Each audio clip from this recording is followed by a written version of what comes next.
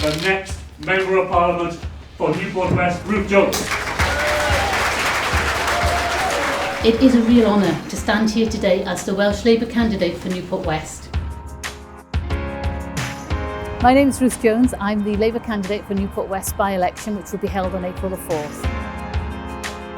I worked as a physiotherapist for over 30 years. I've worked both under Labour and Tory governments, and I know the difference that Welsh Labour in particular has made.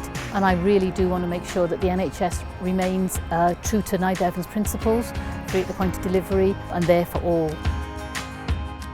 Another area that I'm particularly concerned with is the rising crime in Newport. As MP for Newport, I would want to make sure that we looked at the policing and made sure that there was adequate funding, which obviously the Tories have stripped out over the years. I will stand up for the economy, the jobs and the people of Newport West.